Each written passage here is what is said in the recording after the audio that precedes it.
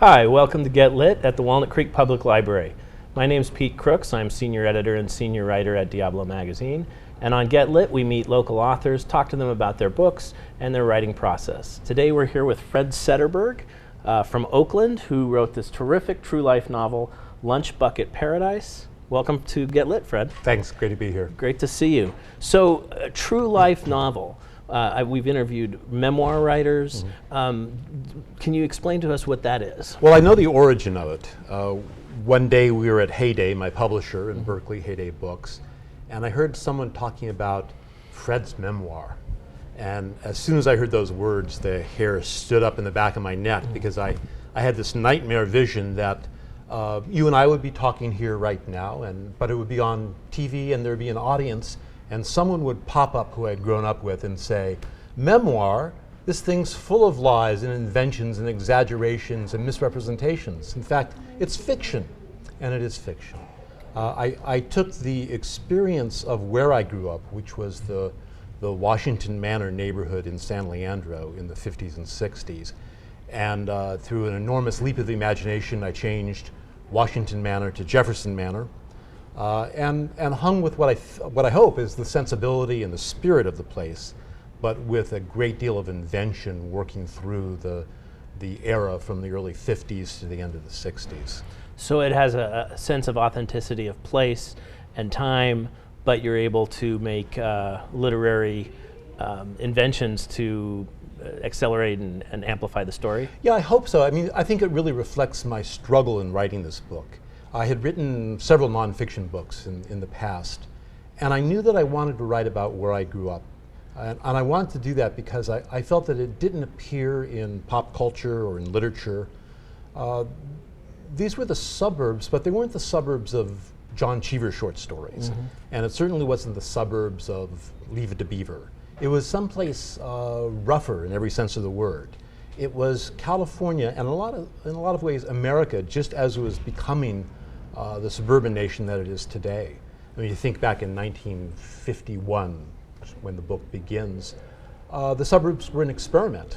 I mean, I remember at our house, I'd climb up in the backyard, look over the redwood fence, and there was a farm back there, and there were horses and cows, and down the street, at the other end of the street, there was a farm, and then, for variety on the other end, we had a farm. And it was a little island of concrete and stucco 1,100 square foot homes. It was sort of floating in what was still green space.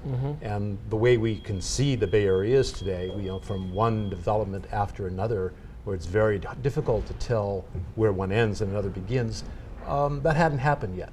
People had moved in from the country, they'd come from the cities, but they weren't suburbanite yet. So it was the first generation of sort of American suburbia that we know so well today.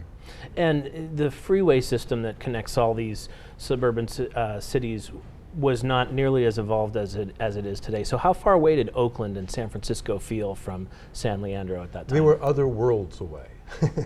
If you wanted to bank, you had to go to Hayward. If you wanted to buy a piece of furniture, probably you went downtown Broadway, where there were still functioning department stores in downtown Oakland. And of course, San Francisco, even at the end of the book, where it's the late 60s, San Francisco is the Emerald City. It's this place, it might as well be New York or Paris, and it has the same kind of magnetic pull to the kids in this book. I guess what I should also say, what I really wanted to write about was class. I mean, I was very aware growing up and that I grew up in a working class family and in a working class town. And people made the distinction. I remember as a kid, I must have been 9 years old, and I said something to my father over the dinner table about, the teacher told us today that everybody in America is middle class. And I can still see that scowl on my dad's face, when he's wearing his Ben Davis trousers and his blue work shirt rolled up, and the abrasions and cuts on his arms and hands from coming home from work, and just shaking his head. Teacher has no idea what she's talking about. And that's something I feel like gets lost in certainly a lot of conversation today, but also gets lost in some aspects of popular culture and popular literature, is the really distinct difference in class experience for people who make their hands with their living, who make their living with their hands, who have union cards, and who at this period in American history were taking the steps up this ladder that was going to transform their lives and the lives of their children. Something else that is in the book that is interesting to think about life in the Bay Area at that time. There isn't nearly as pervasive a military class in the Bay Area as there was in the 50s. But in the time, many families had connections to the area because of military positioning and living. So that's something that evokes very clearly, and it's fascinating in this. Yeah, that's really, I'm really glad you said that. That's a key aspect to the book. The book is bordered by two wars, by World War II and by Vietnam. And in this book, I try to portray the experience of World War II for the men who had spent many years in the Pacific or in Europe, not in a kind of sentimental, triumphalist way that I think we often hear today, but as the catastrophe that it was, this great catastrophe in human history that then paved the way for these extraordinary riches and opportunities for the United States. One of the chief characters in this book, Franklin, the father of the narrator of the book, works at the Alameda Naval Air Base. And that's where my dad worked. And it was a huge employer before it shut down in, the mid-70s, I guess it was. So, I mean, we know that a lot of the modern Bay Area was really built by war work, by the shipyards in Richmond, by the air bases, and then by the vets who were stationed here or demobed here and said, hey, this is a nice place. It's much warmer than it is in Minnesota. I'm going to think about coming out here when I'm finally out. So what was San Leandro, like you said, that there were these expanses of agriculture areas and farmland, but what was the town like that you grew up in? My aunt said to me some years ago, she said, you know, I think the reason that you and Ann, my wife, get along together is that you both grew up in small towns. And Ann grew up in Scottsbluff, Nebraska, a tiny speck of a town in western Nebraska. And I had to think for a minute, and I said, oh, well, yeah, that's right. It functioned like a small town.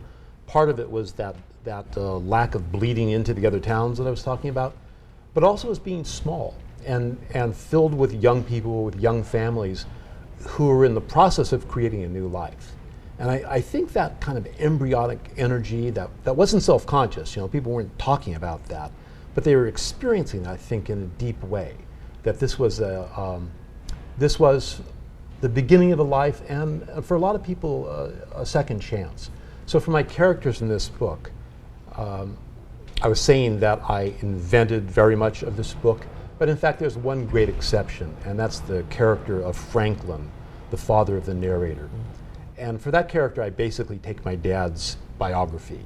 An immigrant from Canada, his immigrant Swedish and Norwegian parents were farmers. They went broke in Canada, came down to Oregon to farm, went broke during the Depression, and ended up in the Bay Area doing war work and having a second chance in life. But my dad, like Franklin, also contracted tuberculosis.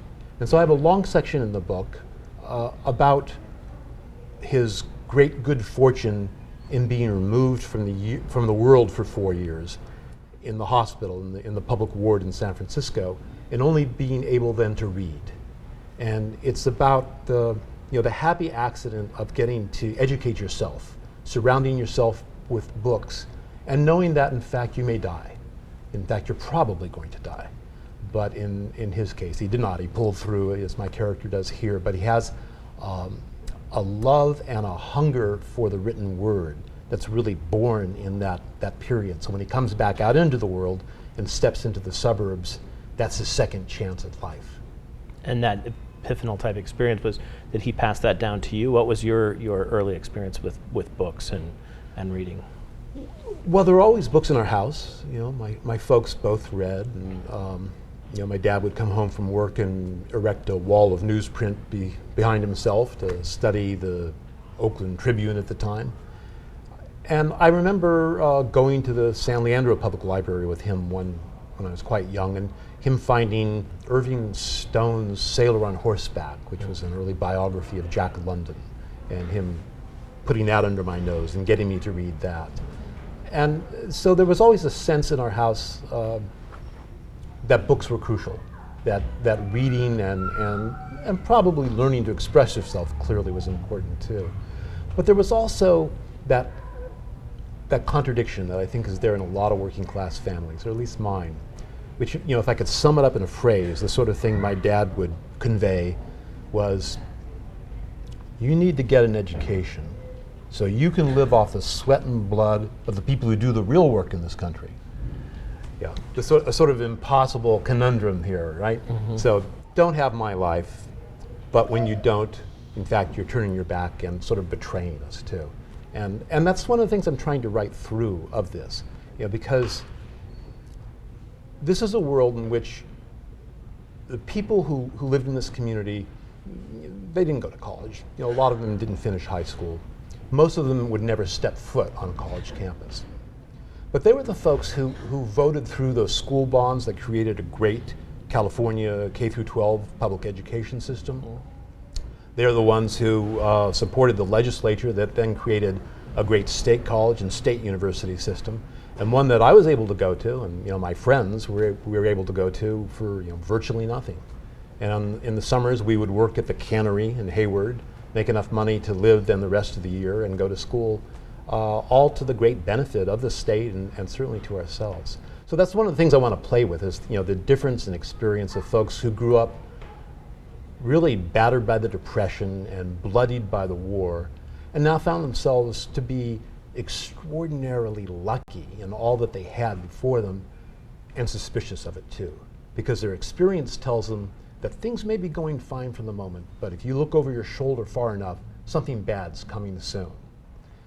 And that turned out to be true, in fact, right? I mean, I started writing this book a long time ago, before the collapse of 2008.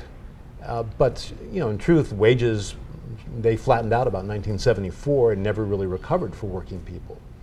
And so that sense of promise and possibility that was then passed down to my generation, it gets interpreted quite differently, for the next generation, the generation after that. Mm-hmm.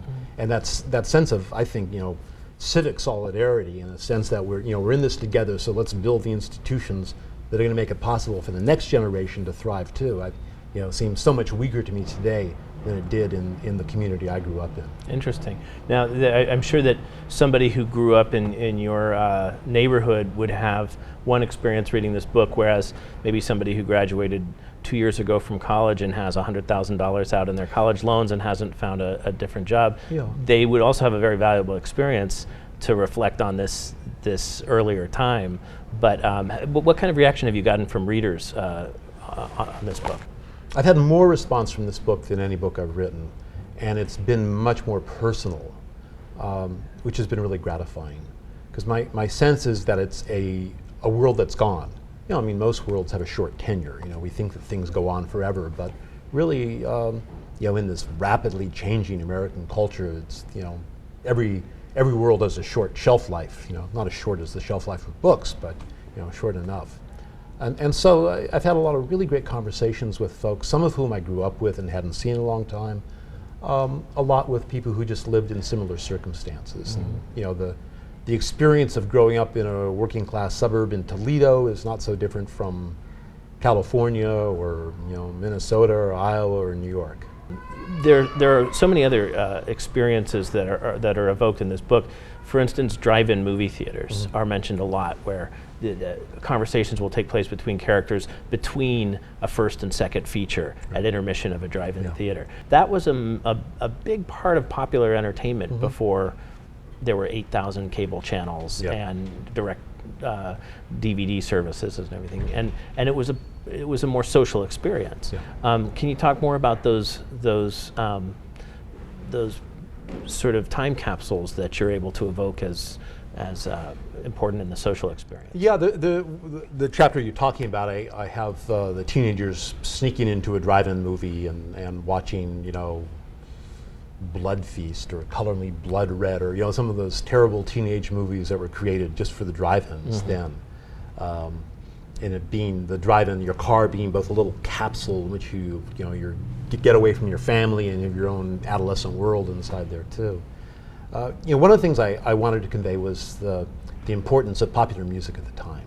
So there's a chapter about a kid who plays in a soul band, the sound of Motown and Stax and Volt, and how at that age, music coming in 45s and LPs, it was like a message. It was like the news has just arrived. Put on that Paul Butterfield record, please, and tell me the news from the South Side of Chicago. Put on the White Album, and here we get the messages from the Beatles across the Atlantic. That kind of urgency that you don't really have when you can download instantly from iTunes, and every band in every club has a CD with them that they've just cut for nothing. So I think that it's kind of tied up with the isolation you were talking about, right? That you have a community that isn't linked naturally with public transit in an easy way to San Francisco, and towns that are a little more discreetly separate. And so when you get news from the outside world, because it feels like that, right? Someplace around, and that's the way it is growing up, right? Your world grows from your living room to your block to your town, and then you're getting intimations of something's actually happening out there a little further away. And I think popular music, soul, rock and roll, jazz for some people, really conveyed that to young people. It's interesting to look at what a playlist was on like KSAN radio in 1968 versus what we have for radio now. We have so many more channels and outlets, but it almost seems at times more isolated. By being able to be so much more selective, you're just not exposed to more of what's out there. And in the mid-60s, you'd have Bob Dylan, followed by the Beatles, followed by Tony Bennett, followed by a Motown song. And that was what was available on the radio, and people were actually exposed to all these wonderful forms of popular music. How did you get into, when did you realize that you wanted to write? How did that experience evolve? I think as soon as I got out of high school, something bit me. And I don't know why. I mean, I think it's a really unreasonable aspiration, but I suddenly realized I wanted to try to get things down on paper. And I think there's some relationship to having ceased to play music. I played saxophone as a kid. I played in a band that really worked a lot. And I didn't keep it up. A lot of the other guys kept playing. And I think whatever energy was in me in that musical world moved over to wanting to learn to write. And for me, it was a really long struggle. It's still a struggle. But there was a really lively alternative press in the late 60s and early 70s, and further. So I had a lot of opportunities to go out and cover an event and try to write about it.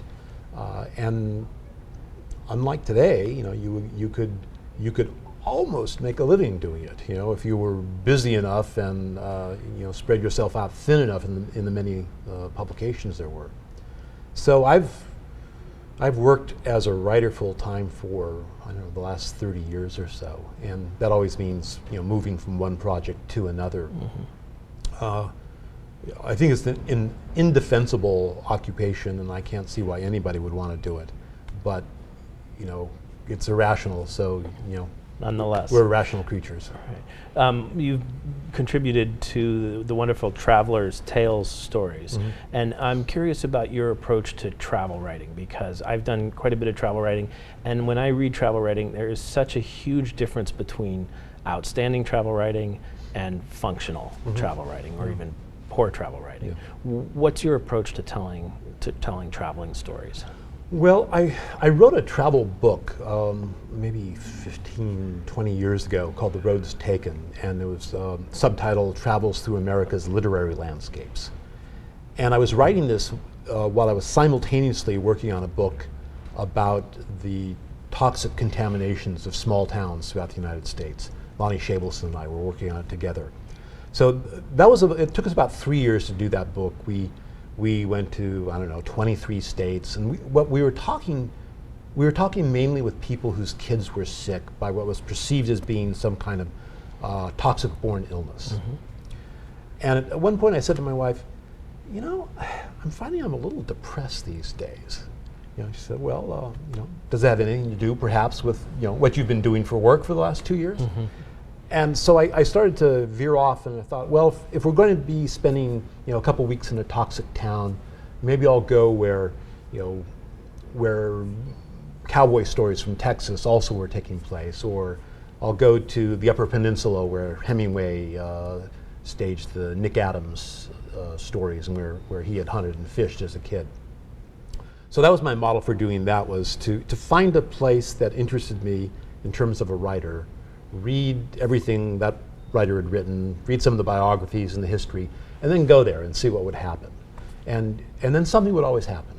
And there would be a third character that would be unpredictable, that would step into the story from what was happening there. Or I'd be thinking about someone from the past. So when I was writing about Willa Cather in Nebraska, I found that the third character actually was my wife, the aforementioned Nebraskan who I was talking about. So for me, that's a happy way to write a travel story. Sounds great, and thanks again for this fascinating look at East Bay life in such a unique place and time. I think it's a great read for anybody who has a fondness for this area to get to experience it through your book. Well, thanks so much. And thanks for watching Get Lit. Thanks to Fred Setterberg for his interview and for his terrific book. Make sure to tune in to future episodes, and you'll meet many more Bay Area writers here at the Walnut Creek Public Library. Thanks for watching.